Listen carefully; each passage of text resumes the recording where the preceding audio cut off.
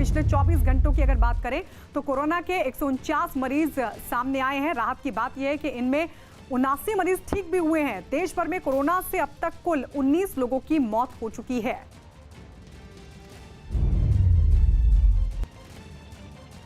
और इस वक्त हमारे सहयोगी रवि हमारे साथ जुड़ गए हैं ज्यादा जानकारी के साथ। रवि, 24 घंटों में कोरोना के 149 नए मरीज मिले हैं। ये स्थिति कितनी चिंताजनक है, क्योंकि लॉकडाउन का भी चौथा ही दिन हुआ है। देखिए, चिंताजनक जरूर है, क्योंकि इतने ज्यादा आंकड़े 24 घंटे में कभी भी नहीं बढ़े। 149 बड़ी तादाद होती है, 873 बड़ा आंकड़ा होता है। जिस तरीके से पिछले दिनों के भी हमने आंकड़े देखे, जिसमें मैक्सिमम अभी तक 81 या उसी के आसपास जो है आंकड़े बढ़े थे, लेकिन लगभग 150 नंबर 24 घंटे में बढ़ना एक चिंता का विषय है। फिलहाल एक राहत की बात है कि ठीक होने वालों की भी तादाद बढ़ी है, 79 बढ़ी है। दिल्ली में एक ट्रेंड देखने को मिला है कि कल ही दिल्ली सरकार की तरफ से प्रेस कॉन्फ्रेंस हुई थी, जिसमें 39 मामले की पुष्टि की गई थी। अभी भी जो केंद्र सरकार की तरफ से जो डाटा आया है अब से थोड़ी देर पहले, अभी भी वही आंकड़े, यानी कि दिल्ली में थोड़ा सा जो स्टेबल हुआ है, आंकड़े में बढ़ोतरी उतनी तेजी से नहीं देखने को मिल रही है। जिसमें एक मौत है दिल्ली से, 6 ठीक हो चुके हैं दिल्ली से आंकड़े, अगर हम दिल्ली की बात करें। अभी भी महाराष्ट्र में सबसे ज्यादा महाराष्ट्र के मरीज सामने आ रहे हैं, वहां पर मौतें भी सबसे ज्यादा हुई हैं। उसके बाद गुजरात और केरल का नंबर आता है। गायत्री। रवि, लेकिन ये भी एक्सपर्ट्स ये मानकर चल रहे हैं कि क्योंकि बहुत सारे ऐसे मरीज हैं जो अभी तक सामने नहीं आए हैं, जांच नहीं करवा रहे हैं, और कई लोग ऐसे भी जिनमें अभी सिम्टम्स सामने नहीं आए हैं। लॉकडाउन का चौथा दिन, और ऐसे में जैसे जैसे दिन बढ़ेंगे, क्योंकि अभी तो 24 घंटे में 149 मामले सामने आए हैं, लेकिन जैसे जैसे वक्त आगे बढ़ेगा, दिन आगे बढ़ेंगे, इन मामलों में इजाफा होने का अनुमान भी, आशंका भी जाहिर की जा रही है। आशंका जरूर है, और इसको पूरी बारीकी से केंद्र सरकार का तमाम जो विभाग है, महकमा है, कैबिनेट सेक्रेटरी हो, चाहे स्वास्थ्य मंत्रालय हो, यहां तक कि पीएमओ हो, पूरी बारीकी से इसको देखा जा रहा है। केंद्र सरकार की तरफ से डायरेक्शन दी गई है तमाम उन राज्यों के जहां पर पलायन हो रहा है, दिल्ली और मुंबई जैसे बड़े शहरों से जो लोग अपने घरों की तरफ जा रहे हैं, उन राज्यों से कहा गया है कि उनके खाने पीने की व्यवस्था की जाए, उनके स्वास्थ्य की व्यवस्था की जाए, क्योंकि तमाम लॉकडाउन की वजह से व्यापार ठप हुआ है, काम जो ठप हुआ है उसकी वजह से उनके लिए दिक्कत हुई है।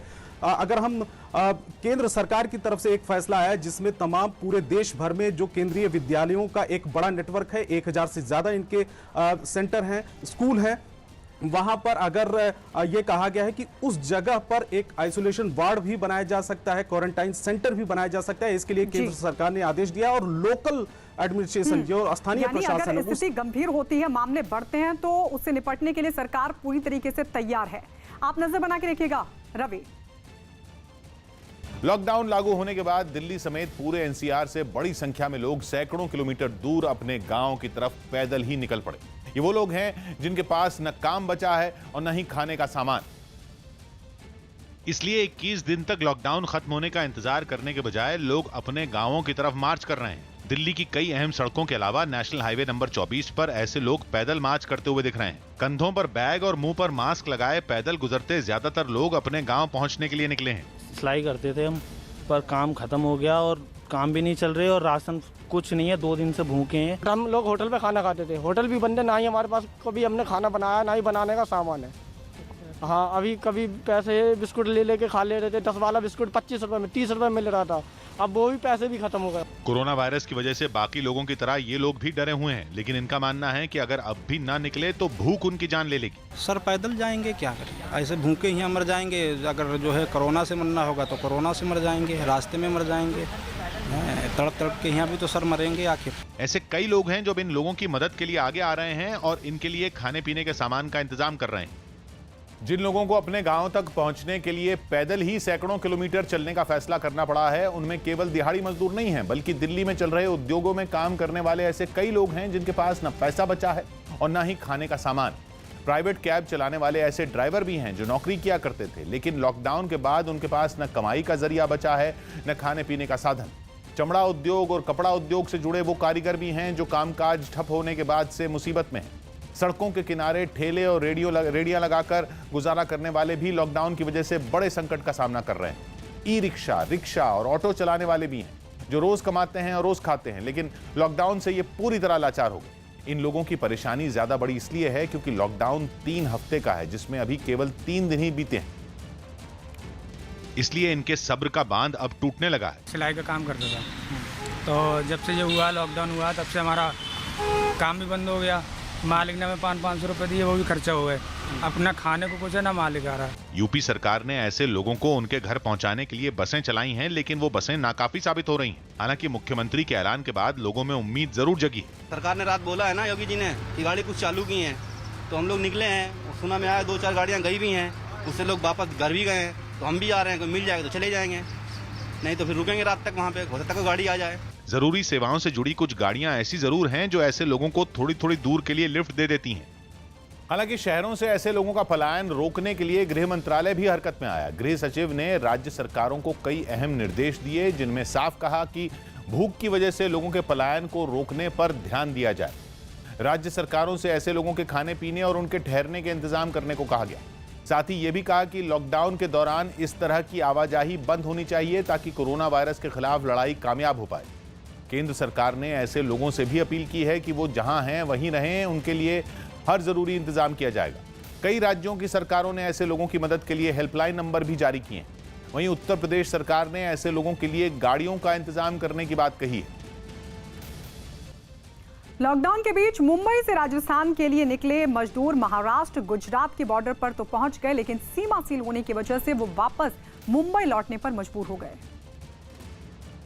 मैं इस वक्त मौजूद हूँ मुंबई गुजरात हाईवे के नायगांव इलाके में, और यहाँ पर मेरे पीछे जो तस्वीर है, ये तस्वीर फिलहाल तो आम हो चुकी है क्योंकि लॉकडाउन 14 अप्रैल तक घोषित किया है सरकार ने, लेकिन उसके चलते जो मजदूर तबका है वो अब अपने घरों की तरफ पलायन करने लगा है। क्योंकि जिस तरह से लॉकडाउन के चलते जो है कंपनियां बंद हुई हैं, कंपनियां बंद होने के चलते जो इनके हाथ में काम नहीं है, और काम नहीं है तो पैसा नहीं, पैसा नहीं है तो खाने के लिए नहीं है। और यही वजह है कि आप तस्वीर इस तरह की आप हर जगह इस वक्त मुंबई और उससे आसपास के ज़िलों में देख सकते हैं, क्योंकि ये जो रास्ता जाता है सीधा गुजरात और राजस्थान की तरफ बढ़ता है, लेकिन जिस तरह से पुलिस की तरफ से नाकाबंदी की गई है उसके चलते जो है कोई ट्रांसपोर्ट फिलहाल नहीं चल रहा है, इमरजेंसी सेवाओं को छोड़ दें, तो जिसके चलते जो मजदूर तबका है वो पैदल ही अपने घरों की जाने की कोशिश कर रहा है। लेकिन जिस तरह से यहाँ पे देख सकते हैं कि जो लोग हैं वो भूखे हैं, उनको पानी नहीं मिल पा रहा है, खाने के लिए उनकी इस वक्त व्यवस्था नहीं है। लोग थके आपको नज़र आ रहे हैं, चेहरे से उनकी थकान आपको नज़र आ रही होगी कि वो कोशिश तो कर रहे हैं कि किसी तरह अपने गाँव पहुँच जाएँ, लेकिन जिस तरह से पैदल जा रहे हैं, पैदल जाना जो है गांव पहुंचना बहुत ही मुश्किल है, क्योंकि मुंबई की दूरी इन इलाकों से, खासकर राजस्थान और गुजरात से काफ़ी दूरी है। और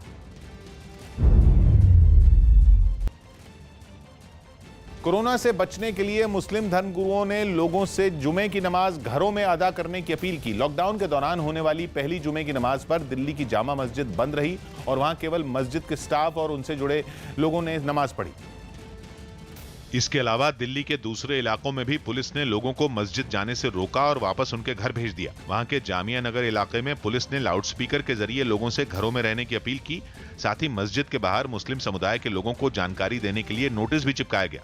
हैदराबाद की मक्का मस्जिद के गेट पर भी पुलिस ने ताला लगा दिया और वहां कड़ी सुरक्षा नजर आई। श्रीनगर की मस्जिद में भी सन्नाटा पसरा रहा और वहां के गेट पर ताला लटका नजर आया। इससे पहले मुस्लिम धर्मगुरुओं ने लोगों से घरों में रहकर नमाज अदा करने की अपील की। सभी लोग अपने घरों में ही नमाज अदा करेंगे।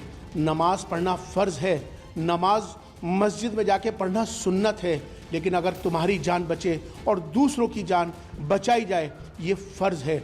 साथ ही बीजेपी नेता शाहनवाज हुसैन ने भी घर में नमाज अदा की और लोगों को भी ऐसा ही करने का संदेश दिया। मेरी आपसे अपील है कि जो आप 5 वक्त की नमाज अदा करते हैं वो घर में अदा करें।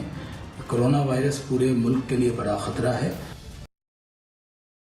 बिहार के अररिया में पुलिस अनोखे अंदाज में लोगों से घरों के अंदर रहने की अपील कर रही है। वहां लॉकडाउन का पालन करवाने के लिए पुलिस के जवान हाथों में पोस्टर लेकर लोगों से अपील कर रहे हैं कि वो कोरोना के खतरे से बचने के लिए घरों के भीतर ही रहें। पुलिस को ऐसा इसलिए करना पड़ रहा है कि अभी भी कई लोग कोरोना वायरस के खतरे की गंभीरता को नहीं समझ पा रहे हैं और बेवजह घरों से बाहर निकलकर सड़कों पर घूम रहे हैं। पूरी दुनिया कोरोना वायरस से